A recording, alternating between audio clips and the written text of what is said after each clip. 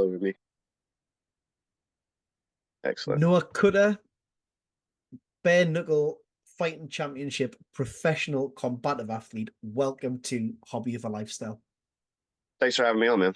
Oh, and thank you. I mean, we've just been talking there for 5-10 minutes, and we should have recorded it. It would have been the best thing for a podcast. And we've been talking about sort of the karate combat and the transition that that's making, and having, people who sort of practice pure karate now, we're seeing different disciplines and styles coming into it. And I was thinking about this. You mentioned, obviously, just prior to recording, that you've got a second degree black belt yourself, but then having watched some of your fights as well, it's one of the things, one of my things that I love about the karate and those disciplines is I love the legs. I love watching someone who's got a really nice leg and the way through around. But I sometimes see the punches leave a little bit to be desired. And after Mm. watching some of your fights, and obviously the background that you're coming in from now, that would be so good to see someone with your sort of pedigree going in against a kicker who maybe isn't as good a puncher, because I know I was a shocking puncher, but against someone who is a good puncher, who comes direct and straight and has that arsenal to them. But what's your thoughts on this now when we're seeing so many people transition into karate combat? For sure. So we were talking a little bit about some of the UFC fighters and bare knuckle fighters that are transitioning. Some of the guys that have fought recently, like Sam Alvey, Benson Henderson, Showtime Pettis. And then we got some bare knuckle fighters that have gone over, like Go-Go. And I think it all just depends. And like we are talking about the purity of the sport, like how you and I are, since we're have a karate background, we kind of like the way that things were with all karate black belts fighting and less MMA fighters and things like that. But I really enjoy it. I think it's going to bring, obviously, more popularity to their Yeah, of sport, course. which is the goal right now. You don't want to stay stagnant.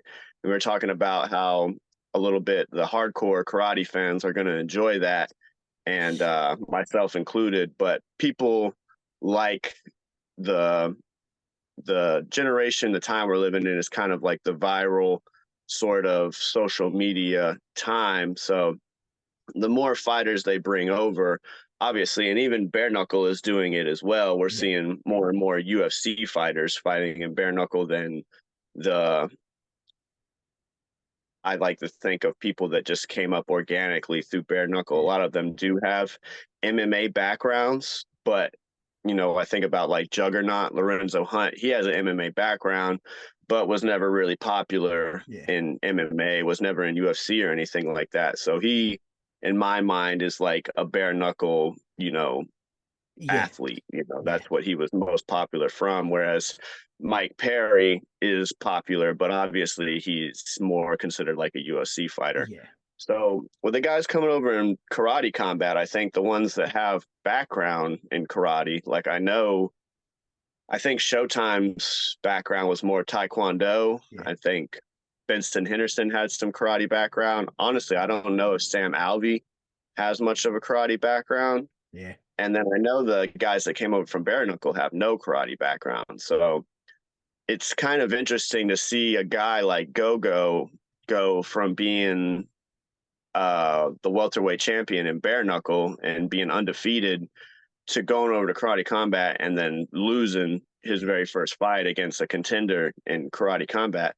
But I kind of felt like that was going to be pretty obvious was what was going to happen, because as far as I know, Go-Go and the other guy from Goat Shit Academy, they don't have any karate background. So, bare knuckle fighting is probably one of the easier things to learn to right. become an athlete in, honestly, because, and we've seen a couple guys like a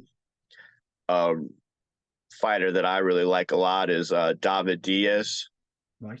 um, the smaller weight Mexican fellow. He came over and, when he did his first bare knuckle fight, he had never done a fight Right. sanctioned, no amateur boxing, no amateur MMA or anything. He just came over straight and became a professional bare knuckle fighter, and he's Wow. found pretty good amount of success in it too. I feel Wow. like bare knuckle is kind of the easier thing to transition to, because it's basically just a 5 round 10-minute fist fight, and most people have been in a War. street fight. Karate, as you know, if you've done it, and karate style, I used to do MMA, and kickboxing was my forte Yeah. that I really liked. And everyone that does MMA, as you've probably seen, has more of a Muay Thai style Yeah. way of kicking a Yeah. lot of the I think, times. that must, having trained a little bit with MMA competitors and whatnot, it's that with the karate, the sport karate, whatever, whatever discipline you're practicing within those realms is, it's that movement. There's no risk of someone taking your leg. So the weight Mhm. distribution is different. You can be a little bit lighter on your feet. Whereas obviously when it comes to the MMA, you're probably always conscious that someone's going to shoot for the leg, and you have to be a bit more, well, not immobile, but you have to be a little bit more feet planted so that you're ready for that to react. Yeah, everything. Fighting, obviously, striking in MMA and striking where you're only striking with your hands, and then kickbox striking are all three different. And when I teach kickboxing and karate, and when I teach it to people, there's so many nuances to everything. Whereas, like, yeah, I train kickboxing, karate for 12, almost 13 years now, and I've only been boxing for the last 3 years that I've been competing in bare knuckle. I never went to a boxing gym and trained boxing before a month before I did my first bare knuckle fight. Wow. So when And I did my first bare knuckle fight, my movement was kind of more like that of a karate fighter. I was kind of more bouncing on my feet in and yeah, out.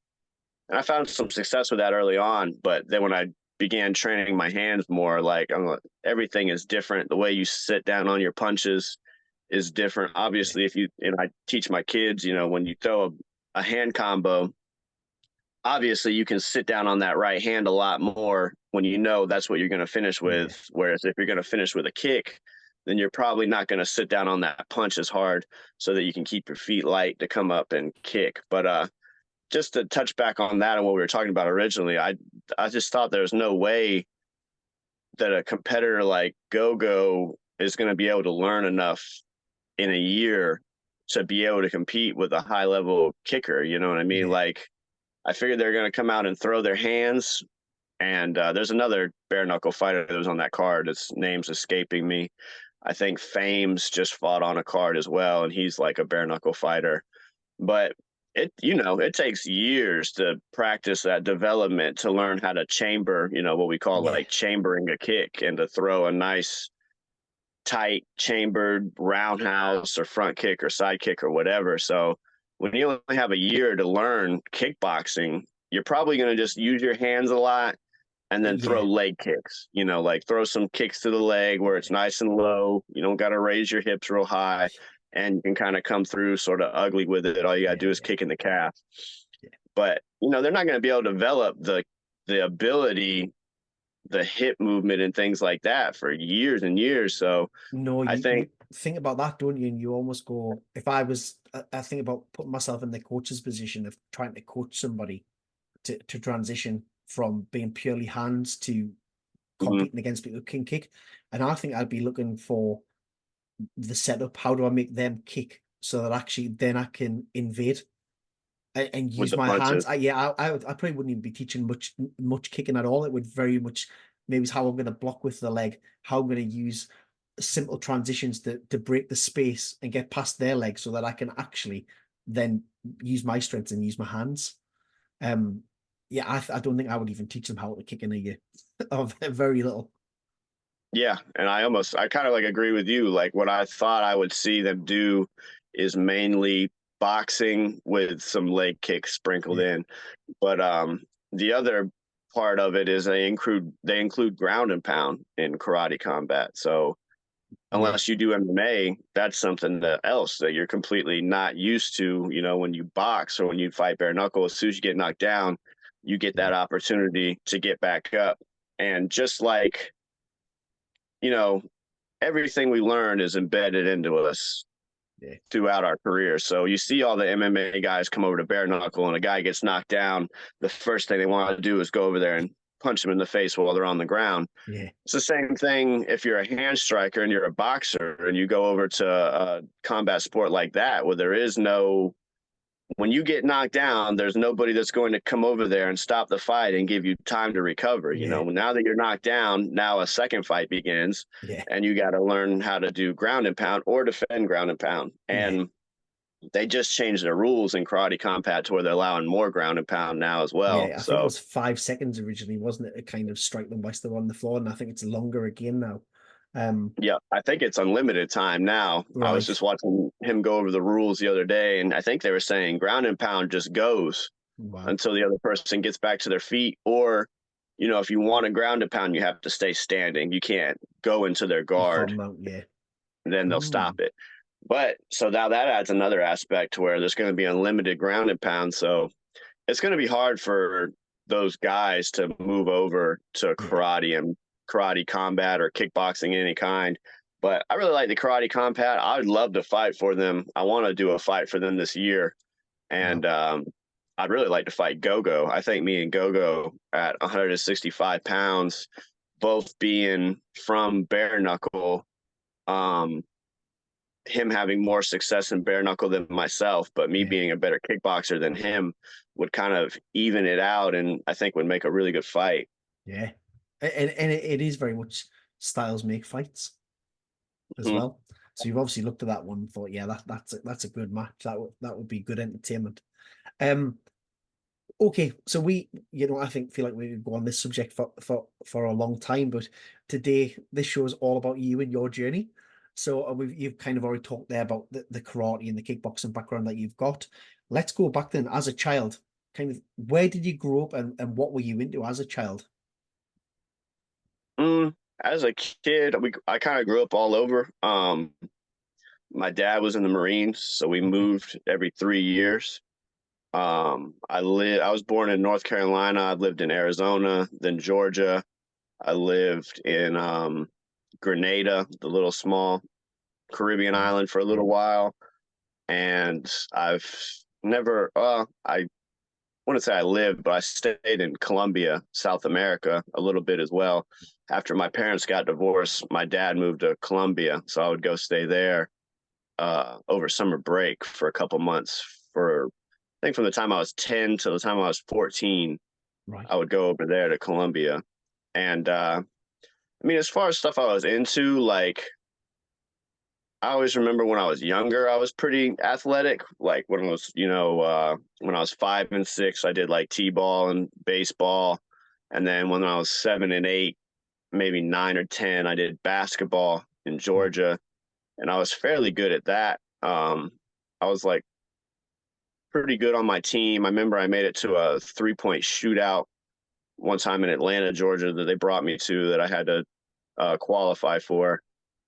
And then um, that was pretty much it. I remember moving around a lot and being into sports as a younger kid. And then the last place we moved to was Florida, which is Okay. where we moved, where right before my parents got divorced, and that's where I pretty much stayed ever since then. I think I was probably 10 or 11 when we moved here, Okay. and I've pretty much been in the same area ever since. And I'm 34 now, so a little over 22, 23 years. Yeah. And so I suppose reflecting back when you're talking about, the really cultured upbringing that you've had, that you were fortunate that maybe you weren't, but fortunate to see and witness different cultures and experience those growing up. But was that also detrimental to you kind of being able to focus on one hobby because you were moving and maybe settling into a team, then all of a sudden within 3 years you were moving in and having to establish yourself again in another sport, or maybe that sport wasn't as popular, so you were finding a different sport, and it wasn't until you got to Florida where you could really kind of settle down and focus on something that you explore more what you enjoyed. You know, I'm not sure, and I've never really thought about that very much. I don't think that the moving was really like what was changing the sports so much. I think that I just wanted to play sports as a kid. Like Yeah. when I was young, I was always really tall and real thin and athletic. And there wasn't really anything like, oh, I lived here, so I played this sport, and then we moved here, so I played that sport. I was just always kind of trying to stay involved in stuff, and I was always athletic, so my parents would put me into that stuff. I remember my dad was always an assistant coach, like whatever sport it was that I was playing, whether it be basketball or baseball, he was always an assistant. I didn't really think much about it as far as the sports. I know that as a kid, I think it was hard, and it was hard to like move somewhere and make friends and then know like in the back of your mind like, oh, in 3 years I'm going to be leaving these people that I know, and then have to go make new friends and start all over again.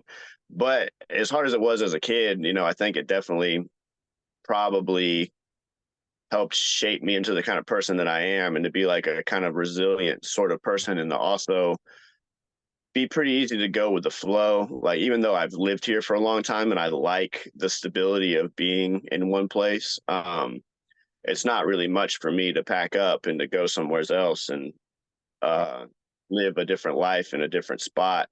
And I think that maybe some of that was embedded to me as a kid. And then when I was a teenager here in Florida, I played football, and I really didn't like that much. When I was younger, I really liked playing baseball and basketball. But then when I became a teenager and I started playing football, I didn't really like it as much. Okay. Was it because you had to wear pads? You just want the Yeah. full force. Well, also, I just remember like when I was a teenager, when I, early teenager, young teenager, like 13, 14, my parents were going through a divorce, and I wasn't as athletic like as I was when I was younger. When I was younger, I was super athletic. I was always outside doing stuff. When I was a teenager, my parents got divorced. I was a little more like depressed and going through puberty and stuff like that. Wasn't as active, and I got more out of shape. I wasn't, in good shape like I was when I was a kid. And I remember just the sport in general, like playing sports here in Florida, um, especially like with on football play. It's really competitive, you know what I mean? Like, these people are really getting after it for almost kind of like the same reason you're talking about in the UK, you know what I mean? For like in uh for people and different stuff like that. When you play athletics, like myself, I was just playing football for something to do. My mom wanted to get me out of the house. I didn't really care for it. But some of these kids, they're playing, like their life depends on it. You know what I mean? They're 13, but this is going to lead to a college scholarship, which is going to lead to the NFL. Yeah. And there's actually a couple kids from this area that actually made it into the NFL, but then fell out. But it's the same thing, like you were saying, it kind of with soccer over there, which is like people are super competitive. You know what I mean? There's not much opportunity. And so if you can get an opportunity in sports, people are going to take that really seriously. So if you're just doing it as a pastime and a hobby, and then these kids over here are playing super aggressively, you know what I mean, because they want to make something out of it, becomes like less fun. And I didn't even care for it. And then after that, I didn't do sports for a long time. I didn't do any kind of sport as a older teenager. I didn't do anything. And then in my early 20s, I didn't begin to fight until I was 22. Okay, so when did you discover martial arts? Was it as an older young person? Yeah, yeah. I had when I was a teenager, I think one of the times I was in Colombia, my dad signed me up into kickboxing class, and I did some kickboxing over there.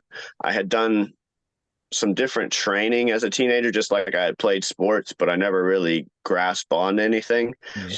And then when I was 22 was when I began to train and compete for mixed martial arts. Right. And I actually boxed originally. I just did an open fight night, boxing night at a bar. Okay. And I liked that, and I won. And I thought maybe I could train and box. And at that time, boxing was not as popular as it is now, and there didn't seem to be as much money in it. That was 14 years ago. So MMA was really like, that was on the rise. Yeah. Yeah. I'm just thinking back 13, 14 years ago and thinking where it's kind of was to where it is now. And, as you say, it's been so much more professionalized as well. It's been, you think about the UFCs, you think about in the Europe, you think about Bellator, and you think about how those guys have really professionalized, and you've got one championship as well. And the PFL, they've really professionalized the whole thing, and they've made it. I suppose they've made it quite sexy as an appeal, whereas and it's now, as we talk about influencers and the different social media influencers, everything now, it is a commodity now, and it's not just almost a brute strength, it's a real test of skill. As you said, that transition from one discipline to another. You think about back in even maybe 20 years ago, and it was the Gracies, and as soon as they tied you up, you knew that was kind of game over, and they're just waiting to get you onto the ground. Now everyone's skill sets are, and obviously you're always going to favor one more than the other, but it's become more rounded now. Martial artists have become more rounded, and they are very much MMA fighters rather than someone who does jiu-jitsu, who throws a few strikes to try and tie you up. The arsenal is much more varied now. Yeah, it is. It is so advanced, and the guys at that level are so advanced. And even today, you can still see Gracie. As a matter of fact, since we're talking about Gracie's, Kron Gracie was still competing in UFC. I don't know if he still will, but he's using like a very jiu-jitsu heavy Gracie type of style in the UFC, and he's not finding a lot of success with it because it's kind of surpassed that point. You know what I mean? If you're not very well versed in striking, the probability, I have a terrible pro MMA record because I was a kickboxer. Obviously I trained jiu-jitsu and I learned jiu-jitsu, but I was always a striker. And so I was just a striker trying to compete against MMA fighters, mainly jiu-jitsu and wrestler guys who, and that was just regional. And it was kind of like, okay, all you got to do with this guy is get him down. Don't strike with him because you can get knocked out. Even some strikers who I thought were just as good as strikers, if not better strikers than myself, still kind of had the notion like, well, why, go in there and do that with this guy when you could just take him down and try to submit him. And that's a very clear way to victory. Whereas if you go in there and strike, you might get knocked out as well. So, of course. Yeah, it is matured into a style and a skill set that is just incredible to watch, even on the regional circuit. Now I watch regional fights in the same regional companies that I fought for, and I watch the guys that are coming up that are just amateurs even, and I'm like, man, these amateur MMA fighters are so much better than when I was doing it 10 years ago. And even the professionals, I was like, this is so tight knit, there's no room for mistakes. It's those aspirations that we talked about earlier, though, isn't it? There's those aspirations now. Actually, there's almost like a real career pathway because the infrastructure within the sport is there now, and everyone knows kind of where the feeders are. So if I win this one, I can jump into this organization, and if that one, I can climb into this one, and eventually, obviously, the pinnacle being someone like UFC to go and compete for those.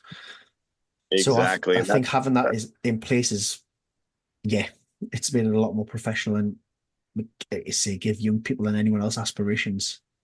Right. So going back to 13, and even now we're kind of seeing that more with boxing.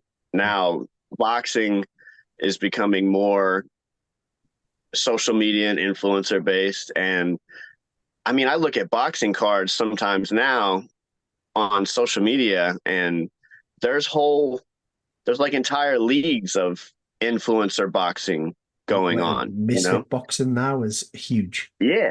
Yeah. So you see, somebody who's like a popular fighter like Jake Paul or somebody like that fighting on a card, and then on the undercard in a professional boxing match, you see a guy that looks like him fighting a guy that looks like, somebody else or whatever. And it's like, man, there's so many more opportunities. Whereas going back again 13 years ago, boxing was really kind of like dead in the water. And it was like, if you're coming up in combat sports, pursuing a career in boxing was like, you're going to be on the undercard. The most you got to look forward to is to being on the undercard and maybe making a few $1,000s in a Showtime event or something like that. And it's the same thing. The waters are so deep. You got hundreds of thousands of guys just in the United States Yeah. that are boxing and boxing gyms trying to come up.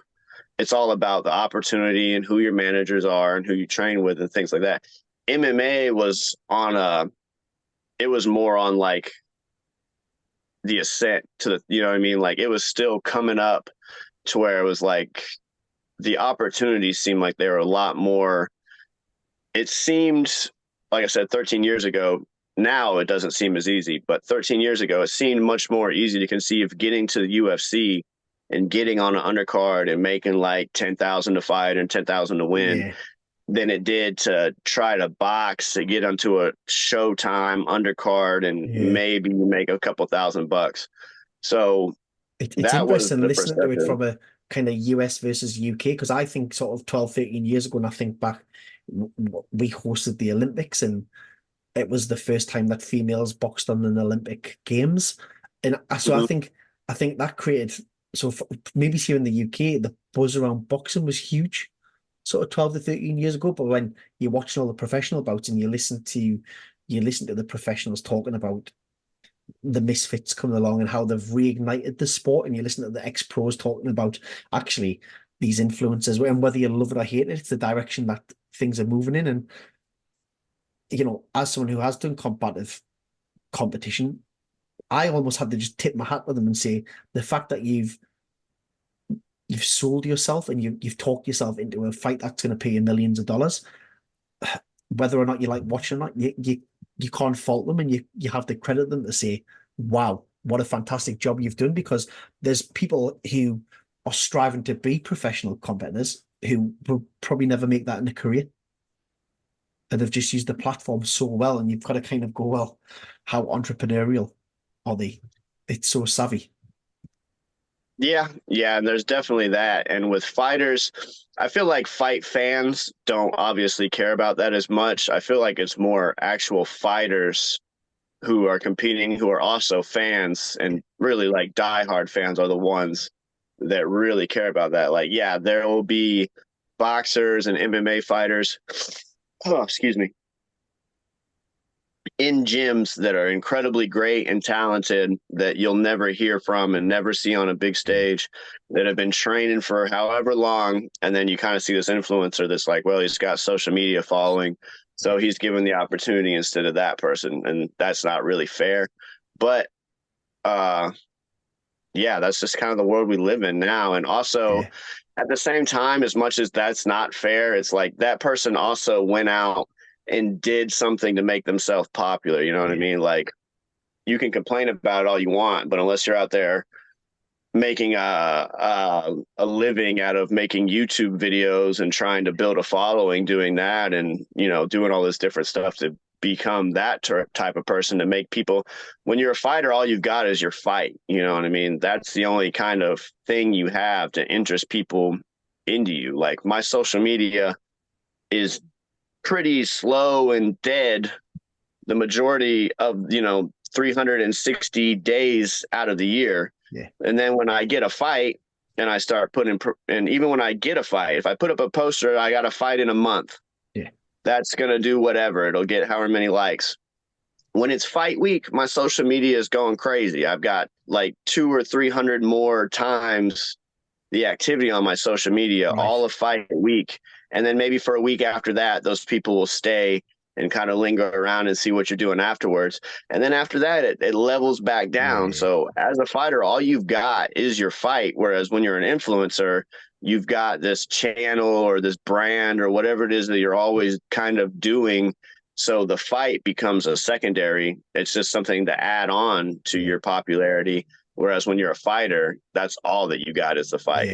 yeah, yeah. And I've had this conversation with quite a few, certainly professional boxers, and talking about it. Almost, it's sometimes detrimental when you're starting off your career as a professional competitor, because you're so busy trying to build a brand, because you haven't to look for sponsorship actually. And I'm sure we're going to get on it with your journey, where you transition from being kind of full-time construction worker slash full-time competitor, and you're in a position where you can actually, that brand had started to develop because of the competitions you were in, and you were then able to become a full-time pro, and you could then concentrate on just fighting 365 days a year and training and being in the game instead of going, right, what have I got to do today? Have I got to go to work? Have I then got to train? Have I got to go and try and get this sponsorship deal? And you know, how hard must that be? How many in all sports, how many athletes have fell by the wayside because of trying to build a brand and trying to get noticed and trying to get those sponsorship deals? So, you know, maybe those influencers are doing it the right way around. I don't know. I don't know what the answer is. Yeah, true. And I mean, you we still see that with like Conor McGregor, you know what I mean? He's one of the most popular MMA fighters. He's been off kind of doing a movie, and it's like Yeah. going off and doing that. He hasn't really, I mean, I know he had an injury and stuff like that too, but shooting the movie and promoting the movie also has a lot to do with not returning to fighting, because it's like you're off doing other stuff. And then when you're off doing other stuff and you're making even more money doing other stuff, it's like, well, why go fight? You know what I Yeah. mean? And you haven't got someone punching you in the face and kicking you in the head Yeah, and trying to snap your arm, and I can go make more money from making a movie. I know which one option I would be taking. It's so easy for him not to come back now. He's got yeah. nothing to prove. He doesn't need to be there.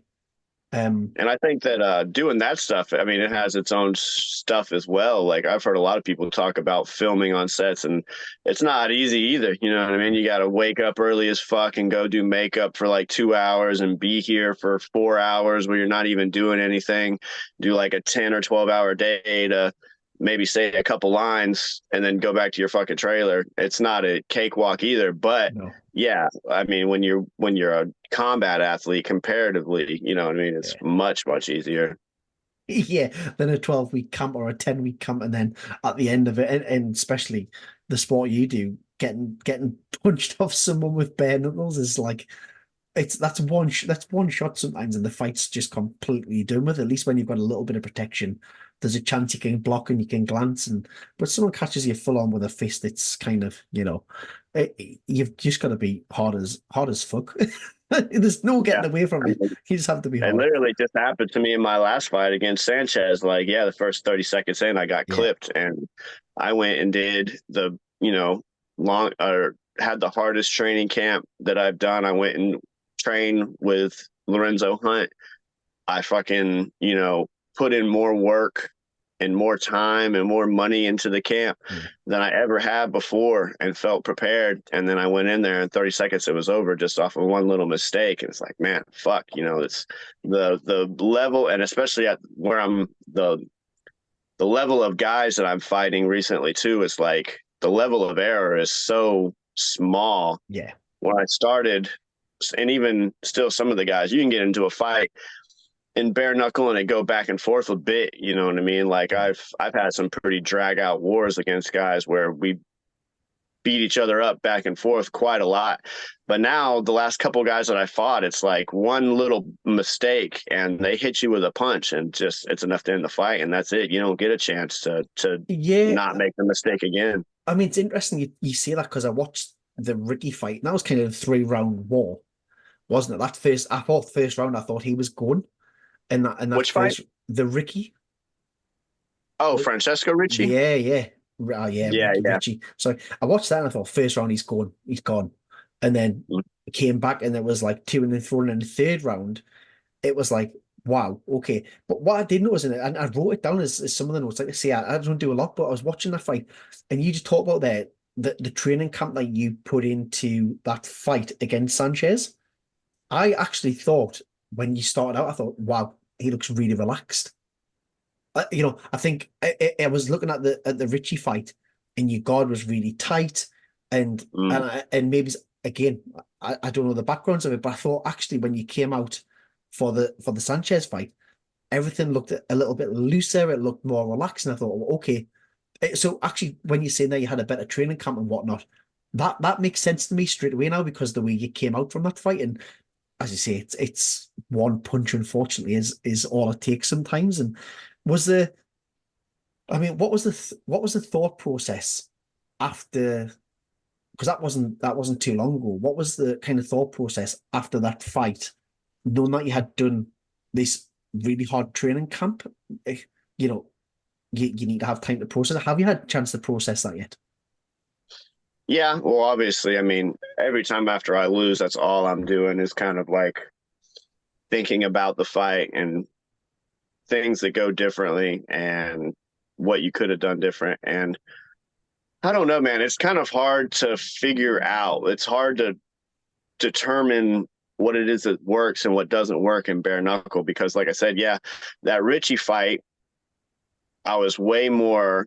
Like I said, I trained for 1 month before I did my first bare knuckle, which was toe the line.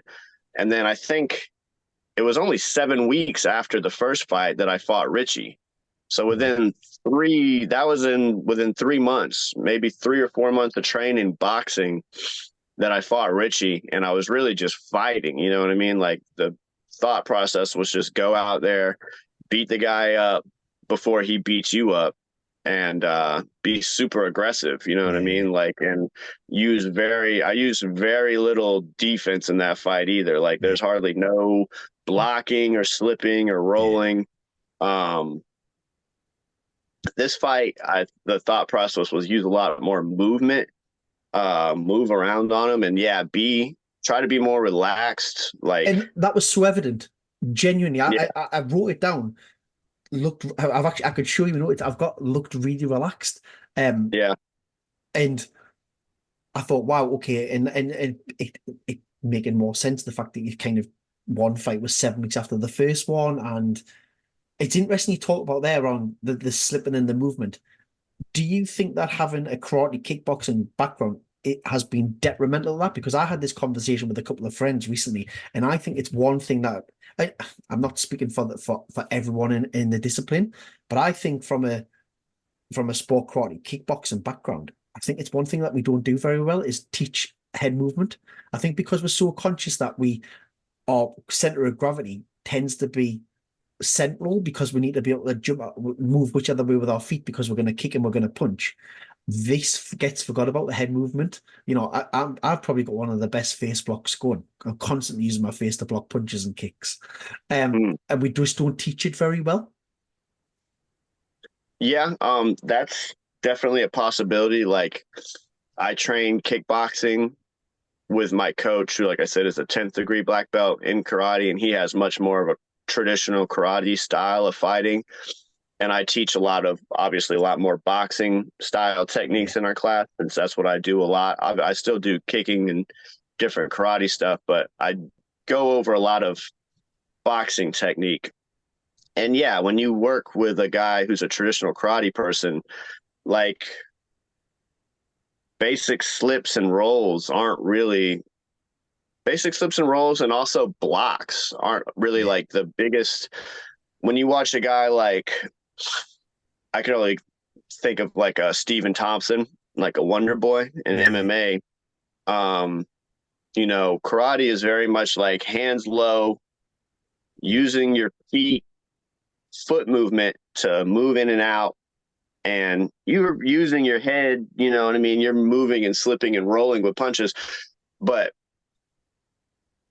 more often than not, karate, like if you slip your head, it's on an attack. Like yeah, it's just like slip and then yeah, counter.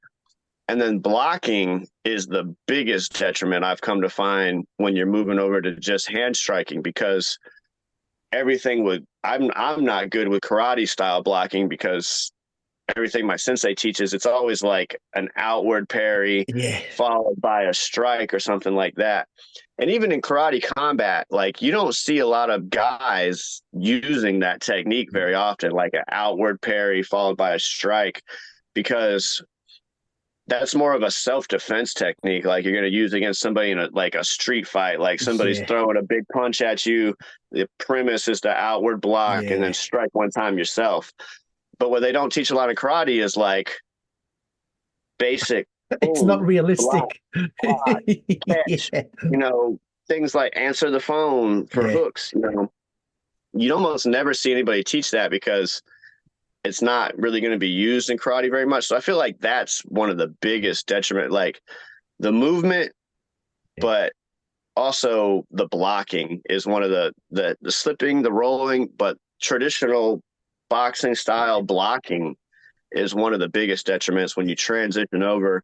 And I don't know, it all depends. Like I had more success early on when I had more of a karate style movement in and out.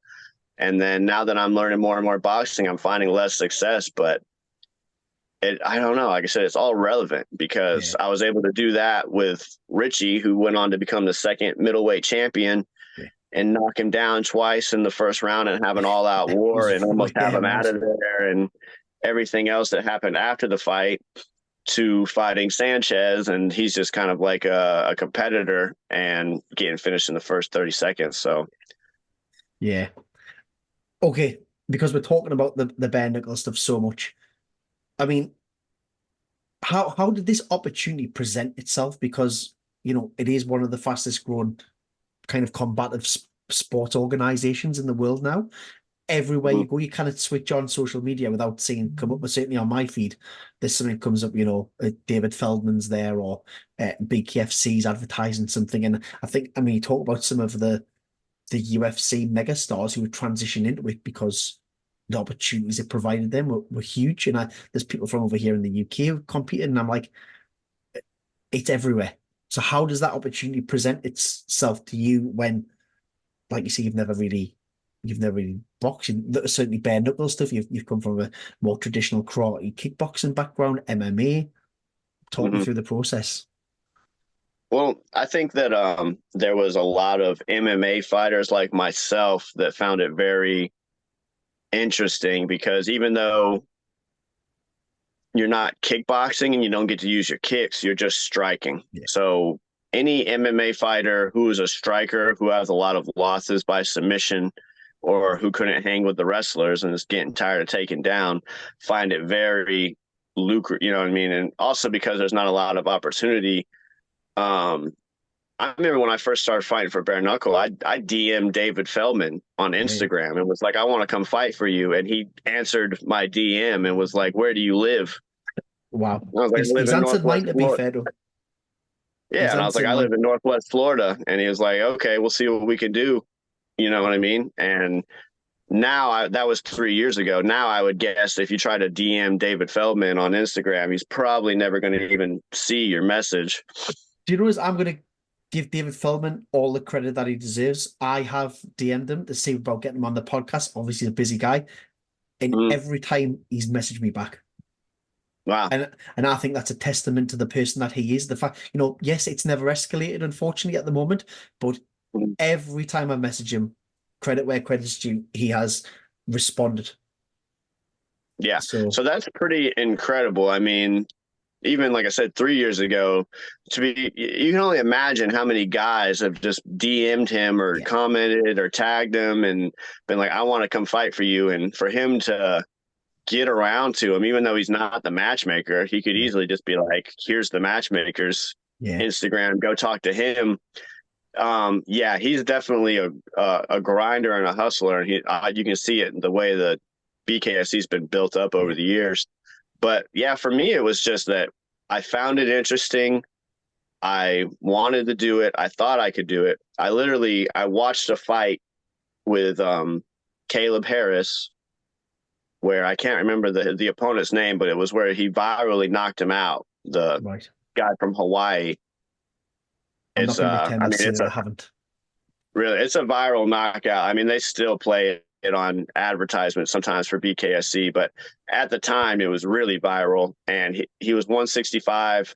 I was watching it at my job on the beach, and I was like, I could do this, and I'll just call out whoever wins this fight. And it was Caleb Harris, and I was like, I want to come to BKSC and fight Caleb Harris. And there was a lot of interest in it. Honestly, they were like, yeah, we could do that. You know what I mean? Like, Wow. especially since, get into the politics of it, they're always going to need guys that are like sort of stepping stone type guys without as Yeah. good of records.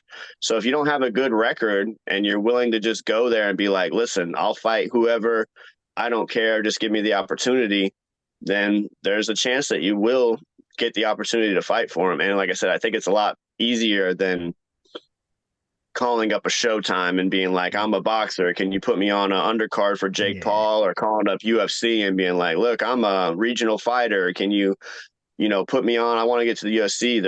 There's like controlled avenues to get to that. Yeah. Whereas I feel like BKFC was just like open range basically at the time. They were still building their roster, still getting guys that are BKFC fighters, which they always are doing. And now they got the Prospect Series. And back then they had Toe the Line, which is what I fought on, which was basically Prospect Series back then. So they've got a pretty foolproof way of like, we're going to put you through the ringer, see how you fight. If you can fight good, then we'll bring you on board. And that's exactly what they do. When I fought Toe the Line, it was really similar to Prospect, where it's like nobody had contracts on Toe the Line. We were all competing for contracts. Everybody goes in and fights. And then if you win and you win by knockout, maybe you'll get one, maybe you won't. I won my first fight by knockout and I didn't get a contract. Right. They gave a couple other guys on the card contracts, but at the same time, even though they didn't give me a contract, 7 weeks later, they asked me if I wanted to, it was like 3 weeks later, they asked me if I wanted to fight Francesco in 4 weeks. And I said, yes. Yeah. Those other guys that got contracts, I don't think they fought for over a year. There was like 2 other guys and they didn't come fight for BKFC. I remember I did like 3 fights by the time the dudes that won contracts on Toe the Line came over and fight. So I think it's a willingness to fight, the pay range. Obviously when you're not used to making a lot of money, they'll be like, all right, a few grand, get me in there. I'm good. Let's go. And you know what it is? You say that like a few grand, and if you're already working full time, I think about when I competed, and until we won so many competitions, it was only then it became a lot easier to compete because people were more open to sponsoring you. Yes, we'll give you this much money to help you get away here, whatever. So things became a lot easier, but you were still working full time to fund a sport that you love with very little opportunity to go and be professional at this. And that was fine. That was the hobby that I loved. That was the kind of decision I made. But there's someone to say a few £1,000s for something that you love doing, that makes that prospect, a lot more appealing. And I think how many people in the combative world who aren't successful as professional athletes, and again, not because they're not talented, just because that opportunity they're trying to create for themselves, whatever. If someone offers you £2,000 or whatever it is to fight, or $2,000, whatever it is, that's a lot of money, especially if you're working full time as well. It could be a game changer. It's a difference between a couple of months of bills or whatever it may be. And you talk about you've obviously doing MMA, but is it confidence? Is it audacity? Where did that spirit come from for you to go, I'm going to call this guy out who's just had this viral knockout? I'd been fighting for a while. Obviously, like I said, I did MMA and I did professional. As an amateur, I found a lot of success in MMA. I went 8-4 as an amateur, and I won an amateur belt in the region. And then when I went professional, I didn't have nowhere near as much success. And I fought, like when you come up regionally, like myself, again, was very much like a stepping stone type situation. I was never training at a great gym. I was always kind of at like a mediocre gym.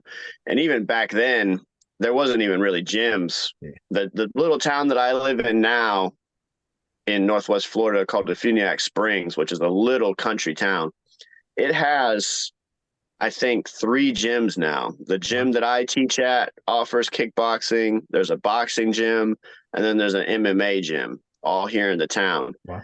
10 years ago when I was training, there were no combat sports gym in this town. I trained at I was doing professional MMA, training out of my coach's garage, with guys that we had from town that were, it was like very much just whoever's willing to come and train, who wants to learn. So then you got guys that are obviously training out of very successful MMA and jiu-jitsu gyms, and you become like a stepping stone for them, which sucks. But having a stepping stone mentality is also a good thing, because it's very much like, I don't give a fuck. I'm just going to go in here and fight. And, Yeah, you never think you're going to lose, but you always go into a fight thinking, well, I'm at a disadvantage. This person is much better than myself, yeah, much better gym, whatever. They got the promotion and the team behind them, and I'm just kind of over here training with my coach. But that mentality, I think, definitely helped shape me for the kind of fighter that I am, because that's how I am in bare yeah, knuckle too. I'm almost the same type of fighter. Only I find more success in bare knuckle than I was in regional MMA. It's just, instead of going 6 or 7 hour drive to go fight the best regional MMA yeah, guy, or the regional MMA guy that the promotion's trying to get to Bellator or get yeah, to the yeah, UFC or whatever. Now I'm flying across the states and fighting the hometown favorite guy. yeah, So, and getting paid for it. right. And so I Yeah, think it's just my mentality for fighting, and for very much like, I don't care, you know what I'm saying? I'm not going to be intimidated. I know I'm my own manager. I don't have a management team.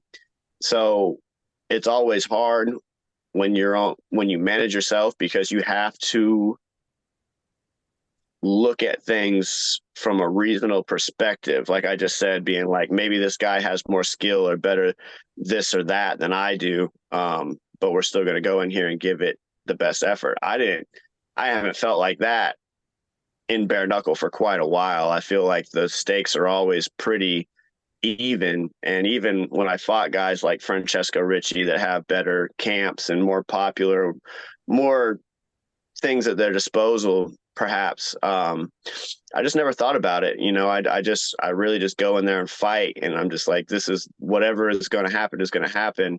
And so, yeah. And I think organizations respect that. You know what I yeah, mean?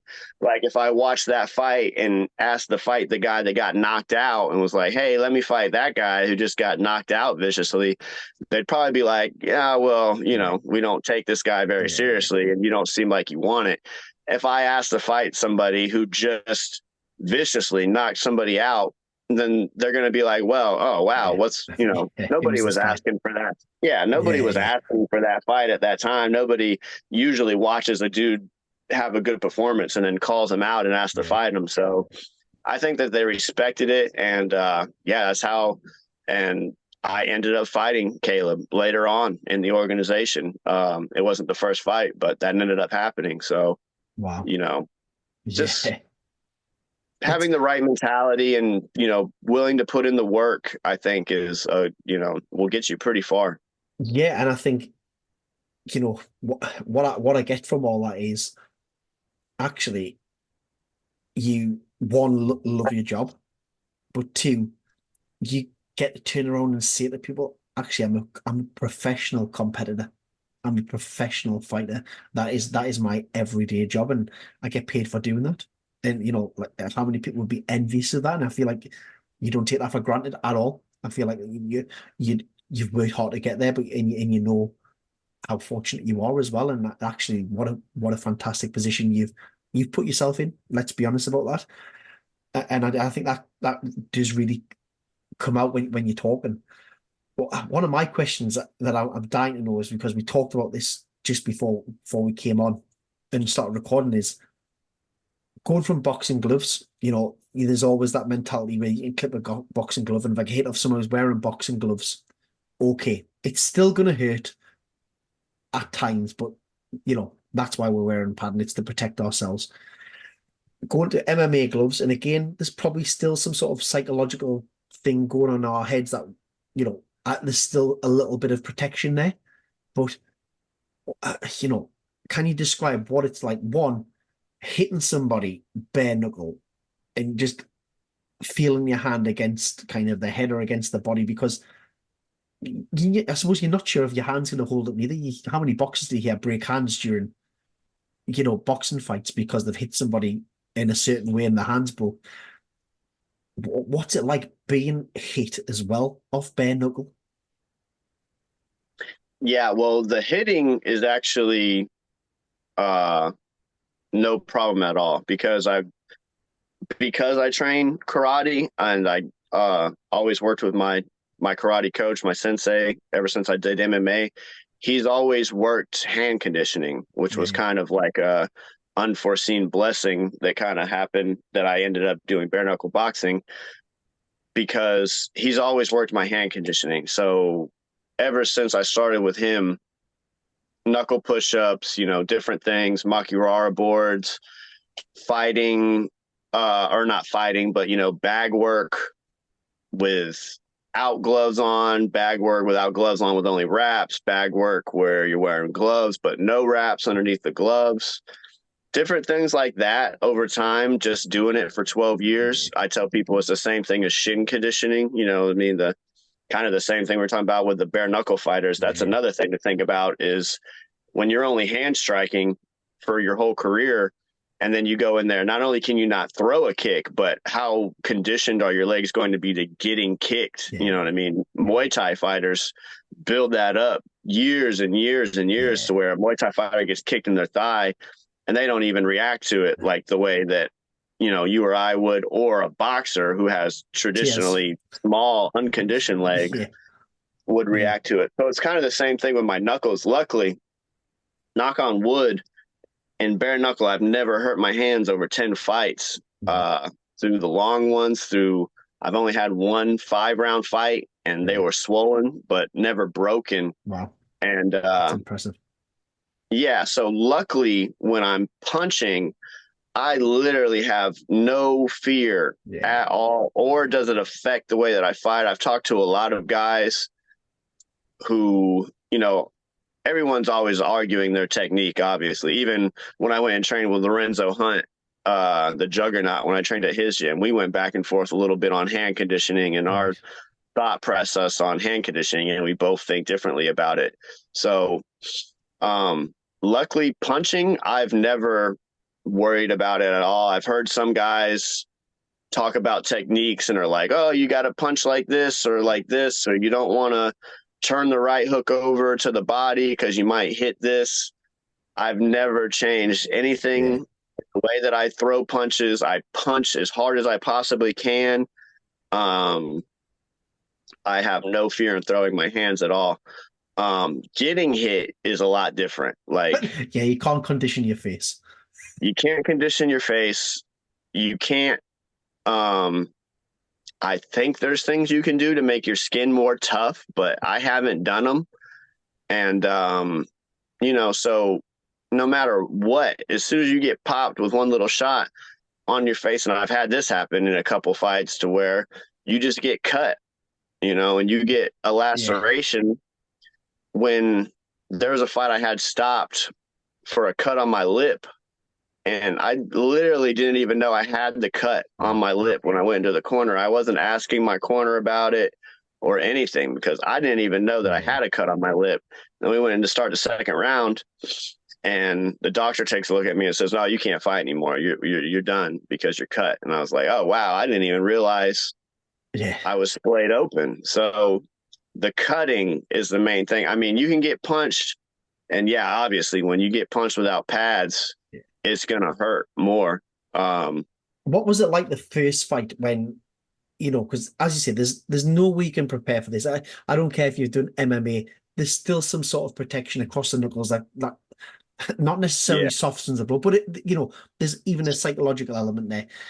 But that there has, I know adrenaline takes over, but there has to still be some apprehension about that, especially that first fight, that taking that first shot. Actually, it doesn't matter how much training I've done in the gym. We know it's very different when it comes to the actual competition. What what was going through your head? Can you remember that first shot where you just thought, okay, I've took that first one now, I'm ready to go? like in my first fight, bare Yeah, knuckle. yeah, Yeah, I mean, obviously I'd been cut in MMA before, yeah, yeah. so it wasn't like a completely unknown kind of feeling. Even worse than the cut in my first fight, the guy that I fought, he had I think on his left hand, a couple of his knuckles were like severely broken and stuff over the years, so they protruded up like really, really high. Like And he talons. caught me with a left hook at one point, and those big knuckles went Oh, right into my eyeball and temporarily blinded me. Like I heard a squish, oh, and then I couldn't see out of that eye for like 20 or 30 seconds. And eventually my vision came back. But that was another one where I was like, oh, wow, the knuckles, not only do they cut you and yeah, they hurt more, but they get into a spot, like they yeah, get into different spots where an MMA glove doesn't normally go. yeah, It's very rarely. I just saw one fight where a guy got punched in the eye in MMA with the glove and he started complaining about an eye poke. But it's very rarely that you get hit in the eye with an MMA glove and it goes into yeah, your orbital. Bare knuckle, that knuckle can yeah, go yeah, right straight into in. your eyeball. And I mean, it'll explode Yeah, all the blood vessels in your eye. Whatever it was that happened with me that time, it made me temporarily go blind. And it'll make a lot of guys quit too. yeah, Like yeah. a lot of guys who probably could continue, but when you get hit in your eyes, it's such a sensitive spot. You Panic don't know kicks if in as you're well. going blind. Yeah, Yeah, panic, and absolutely. yeah. When I got hit by Dakota Cochran, when he hit me in my eye, I thought that he tore my retina Oh because God. my vision was blurry. He hit me in my eye. It exploded all the blood vessels in my eye. It probably cracked my orbital a little bit. And I thought he detached my retina and I went blind. You know what I mean? So it makes a big difference, a little bit of padding uh, to Yeah. what it is you can absorb. No, people will be listening now and thinking, "Oh my goodness, this has happened." Yeah, you're talking about cracking an orbital. What what drives you to continue to compete and get back in that ring? Um, I'm just I'm not even a competitive person, so I can't even say that I'm competitive. I just really like fighting. Kind of another mentality sort of thing was when I was younger, when I was in school. I never liked when I was in high school. I never liked school. I ended up dropping out. And so me and all my friends, when we're hanging out, partying, drinking, and thinking like we're probably going to drop out of high school, the thought process was always just, well, you drop out, you drink beer, and you go do construction. And you just work construction until the day you die. You don't get any benefits. You wear your body out and break it down. And I was just kind of like, well, that sucks and that's not fun. But just, like an odd sort of thought process is I would rather go do that than go to school and Right? do educational work and stuff like that. I don't really prefer it. I like doing physical stuff more than non-physical stuff. So I'd rather go outside and work than sit behind an office job kind of.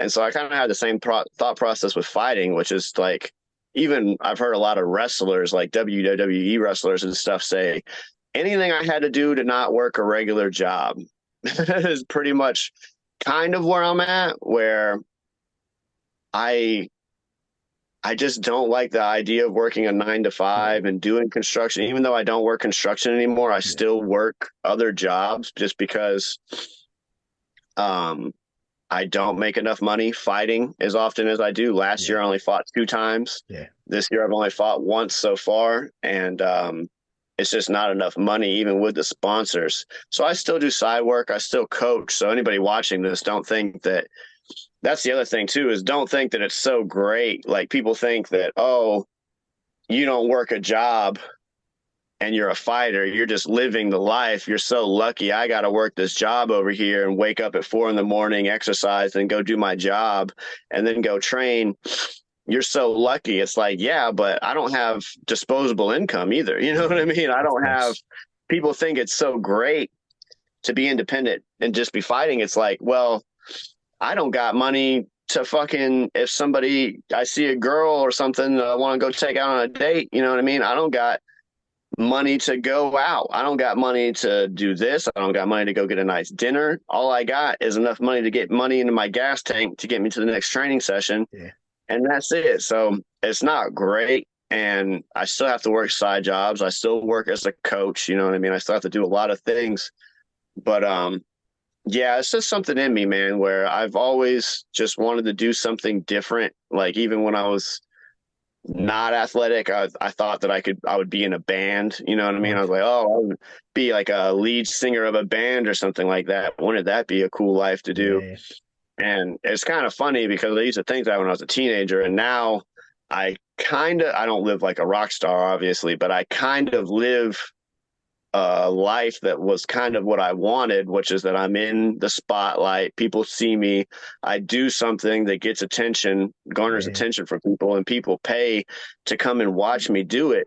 Only it's not just partying and drinking and doing drugs and It's stuff the like that. complete It's opposite. showing up. Yeah, showing up at the gym every morning and Yeah. working your ass off and training and not having a life. And Yeah. there is no partying and drinking and drugging and girls and all that shit. That shit Yeah. is way gone behind you because you got to Down put the all that pecking order. behind you to be able to train. Yeah, yeah. And yeah, man, it's just I think my mentality was always that I didn't want to be like a regular person doing a regular job, and fighting is the best way for me to do that. Like I said, if I could have been a singer and been in a band, I would do that. If I could be an actor and act on screen, I would do that. But I think I have the ability and the talent and, you know, a face that people don't mind seeing to do whatever it is that I want to do. And fighting just so happened to be the thing that I pursued and the thing that I kind of fell into. That's fantastic. I love that. I think it's brilliant. It's refreshing as well. What does it, are you someone who keeps themselves in shape 365 days of the year, or is it when, even though you keep yourself in shape, is there a fight camp? And what does that look like? How long would it be? And what does it entail? Yeah, so I usually do train like now I'm training. 1 week after the fight, I was training. I took like 1 week off, hard vacation, and then after that, I go back to doing at least once a day Yeah. exercising or training. So I train year round. I don't like to get out of shape. I'm a little bit out of shape right now. I got a little bit of a belly, but I never get out of shape and I never get real heavy like a lot of these guys do. Like I fight at 175 pounds and I never weigh over 185 pounds. Right, yeah. Um, so I always try to stay in shape, obviously not training hard. Yeah. You don't want to overdo it, but I started sparring 1 week after my last fight. I went back to sparring, back to training, either exercising every day or doing bag work every day.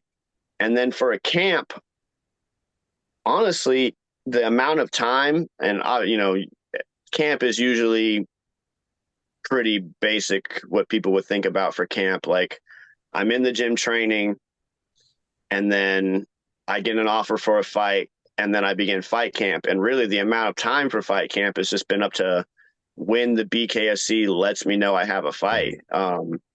Honestly, they've been getting closer and closer to the date of the fight when they let me know that I have Right. one. Like I said, my second fight, Francesco, I knew like 5 or 6 weeks before that I would be fighting him. I think my last fight, I knew maybe 4 weeks. I knew Right. we were signing contracts to fight in a month. So you Right. almost have to be training and Yeah, be yeah. in shape and be ready to go. You can't be sitting on the couch and be like, oh, we got a fight coming up now. Now it's time to train because, yeah, I think I only had about 4 weeks from the time that I got my contract and they offered me the fight and I signed the contract to the actual date of the fight. So, And it sounds quite a clever tactic from BKFC to almost ensure that everyone that's competing is on the ball constantly because they know they might have a short program, so that no one's really ever going to be out of shape and not going to come in there underprepared. yeah, yeah, that's true. And also their weight Yeah, issues. You know what I'm yeah, saying? They probably uh, keep weight problems under control more yeah, so that way, where it's like, yeah, if you got a fight coming up, you better be ready yeah, because you only got so long. Now, I'm sure that varies. Like yeah, guys that are champions and different things like that, I'm sure they're given a little bit more time. But yeah, I'm sure that keeps people in shape to where, like I said, you can't just get off the couch and be yeah. like, oh, I got a fight in 4 weeks. it's not enough time to go Yeah, of from not course. doing anything to being fight ready. You've got to Yeah. already be in the gist of things to get going. Like the last fight, a normal camp I'll usually try to do at least like 8 weeks would be ideal, but usually it's less than that. The last fight, I only went and trained with Lorenzo Hunt for 2 weeks, but that was because I was already training a lot before that. Like I didn't Yeah. go there out of shape and Yeah. not conditioned, not doing my combos. When I went there, I was already in good shape, so I fell right into conditioning. And then a lot of the combos and stuff I already knew from doing my own work, so it was very easy just to learn a couple things here and there and fall Mhm. right into place. No, that sounds great. What are the plans for 2024? You've had one fight. How many more fights are you hoping to have this year? Sorry, I just got to grab a Kleenex and blow my nose real quick, man. Not a problem. I've had bad sinus problems ever since I fought Dakota. Not really. Sorry about that. Not a problem. This year, I'd like to fight at least 2 or 3 more times, Yeah. And ideally. is there any fights pending at the moment? No, nothing in the books right now. I've talked to the matchmaker since my last fight, and as much as I kind of put myself down about the last fight and it being over quickly, I also kind of complained because I was like, it was a main event and I didn't get a count and I was up within like 7 seconds. I had a balance issue and everything, but I was ready to fight within the time limit and they didn't give me a count. So we were kind of upset about that. I told them, I'm not concussed. I made a post about it after my fight. I was like, man, it sucks that Yeah. that's my first fight in 10 fights where I didn't get concussed. I didn't get cut. I didn't have to get stitches, Yeah. but I lost. Obviously, I would have rather had that been a win. Yeah. Yeah. Of But course. now I also got a 60-day suspension Right. that I'm halfway through before I can Right. fight again. Um, they just did the tryouts in Tampa, which is only 4 hours away from Yeah. where it Yeah. is that I live in Florida. So and then they announced the card shortly afterwards, which is going to be in the middle of April. And I asked if I could fight on that card, and they said probably not, that it was too close to my suspension. My Right. suspension will be up, but they don't want to fight me yet. Right. So nothing yet. I would have liked to have gone to Florida and fought on that Tampa card Yeah. Yeah. because it's been like 2 years since I fought in Tampa. It's a nice Right. little 4 hour drive for me, and I Yeah. can sell tickets there Yeah. as opposed to flying across the United States and fighting somebody on the West Coast. But they also know that I'll say yes to that I'll Yeah. Of do it. course. So nothing in the works as far as I know. Now, as I drop a name as far as somebody that I would like to fight and that would make a lot of sense, kind of given the way that things played out, would be Grosu. We'll see. Yep, Stanislav Grosu. He just fought on the Contender Series or on the Prospect Series in Virginia, and he lost his fight as well. We were actually scheduled to fight one time before in September, and Right. it fell through for whatever reason. I don't know why, and they gave the fight to somebody else. So then we both, obviously, the idea going into my fight was we could both win our Prospect Series Yeah. Yeah. main events and then go into fighting each other. But we both lost our fights, so that fight still makes a lot Good of sense, matchup. seeing as we both just lost our last fights. Yeah. Yeah. That could still happen. And besides that, I don't really want to fight anybody else in the middleweight. I mean, I would continue for the right opponents. Even Donald Sanchez, he wasn't that big. He wasn't a very big 175er, but I'm not a very big 175 pounder. And I fought at welterweight at 165, and I'd like to go back to welterweight at 165 because the last 2 fights, I weighed in at 175 and walked in at 180. Right. So, I mean, 5 pound Yeah. weight cut. I don't even do anything to cut weight. I Yeah. Yeah. literally just show up Trained. and get stressed out, and Yeah. freaking the weight just starts falling off of me. And the next thing I know, I'm on weight, and then I can't put it back on either. So I'd like to go back to 165 and fight back at 165 And then even more further than that is I would love to go compete in karate combat this year. Well, I'll make sure I tag them all. I'll tag them all when we release this podcast, and so they're all aware of it as well. Please do, yes, because and they know that I want to fight for them. They've seen me in the comments. I've contacted their matchmaker. I was really vocal in their comments when Gogo fought, and the president was actually liking a lot of the comments, and I was kind of thinking that maybe we could move towards getting that fight done.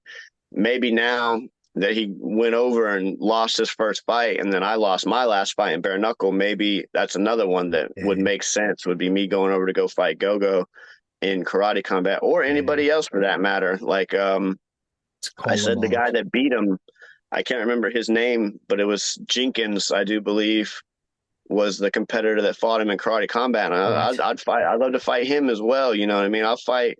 Same thing. I won't call out somebody that lost to get an opportunity. I'll be more than happy to go fight whoever they want me to fight over there to get the opportunity to fight. I just think that me and Gogo makes a lot of sense since we're both bare knuckle fighters. That fight, it kind of builds itself. You know what I mean? That we both have bare knuckle experience, two bare knuckle karate fighters. But yeah, amazing. That's the plan. That's my plans for this year. Is I'd like to compete at least 2 more times, and I would love to go and compete in karate combat. And if I compete in karate combat, it's not a goodbye to bare knuckle either. Like I would love to kind of bounce back and forth. I think with Gogo, obviously contractually the way he did things, and since he was the champion for bare knuckle. I know if you're a champion, they don't want you fighting in other organizations. Yeah. But if you're not a champion and you're just a competitor, there's no clause in my contract that says I can't go do MMA or I can't go and box. As long as I'm not doing another bare knuckle organization, they tend to have no problem with it. Now, he was the champion, so he had to give up his championship, leave, and then probably never come back. Right. But I'd be happy to go back and forth and fight in bare knuckle and then go fight in karate combat. They said they were going to do a cross promotion, and I would love to see what that would entail this year. How it is they plan on doing that. If they're going to bring bare knuckle guys over there, if they're going to bring karate guys to bare knuckle, do 2 guys and 2 fights. That would be interesting. You know what I mean? Like have me go fight a guy there in karate combat and then have him come over and take the gloves off and we'll fight bare knuckle. Exciting, isn't it? The prospects are fantastic. The opportunities are there. I know I'm conscious I'm taking up so much of your time this afternoon. One last question, I promise, is if you were going to give someone advice, what would your one piece of advice be? For fighting? Anything. Life, fighting, anything you want. I'll say for fighting and maybe even in life, to try and find something to do that you really love. And whether it be fighting or whatever, like I said, I had aspirations to maybe be a singer or, a lot of people want to be movie stars or whatever it is that you want to do, or you want to podcast, or whatever it is, that try and find something that you genuinely love, because if you don't love doing something, it's not going to come to fruition, for one. And for two, if you're just trying to do, I talk to a lot of guys, and I'm saying this because I was also the same way when I started combat sports. When I went from amateur to professional, was I want to make money. I'm like, I just want to make money. I'm not making any money at this. I'm losing money doing this. But the real reality is I'm still losing money doing this now as a professional, even though I get paid money. You know what I mean? This will probably, there's champions, and I know how much money the champions make in the big name fights and stuff like that. And you can get yourself into a position where you can make a living on this. But the chances of that happening are so slim. There's so many people out there hungry for it, and the different levels, all the things that have to just fall into place just right for you to be successful at this, that you've got to do it because you love it. And if you're just doing it because you want to make money, like I said, I did that myself when I started pro MMA, and I lost a lot of fights because I was like, I just want to start and I just want to make money. and I didn't go through the right avenues. I didn't do it the right way.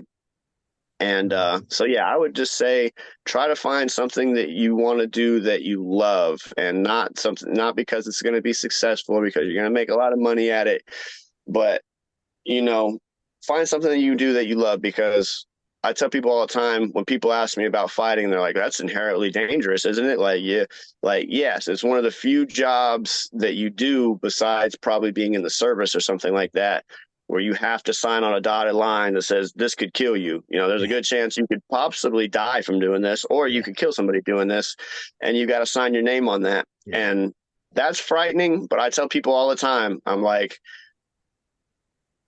dying in the ring doing something you love could only be, you know, one can only be so lucky to die that way because you're doing something you love. You know how many people die every day in car wrecks on their way to a job that they fucking hate, that they don't even want to be at, and they're just kind of going through the motions just to be able to pay for their house or whatever, and they're fucking miserable.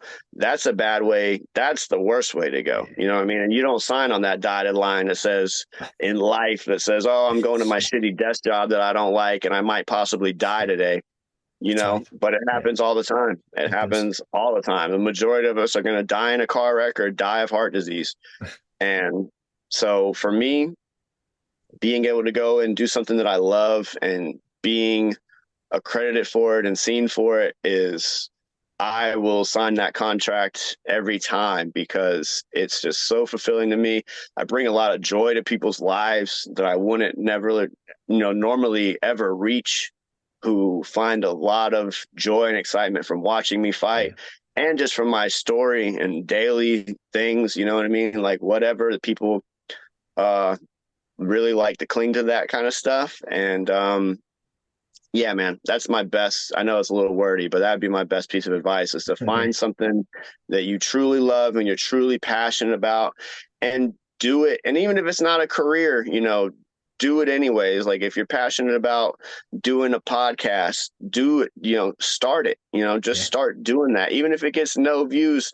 I watch a lot of comedy podcasts where the people say they started and they got 100 views, you know what I mean? And these are popular comedians, and at the beginning, or they're on their third podcast where they had 3 that failed and nobody watched them and they went by the wayside, and now they're on their third one and it's finally become successful and they got the monetization and they're on Patreon making $100,000 a month or whatever. So find what you love and pursue it no matter what, whether it be podcasting, drawing, fighting, singing.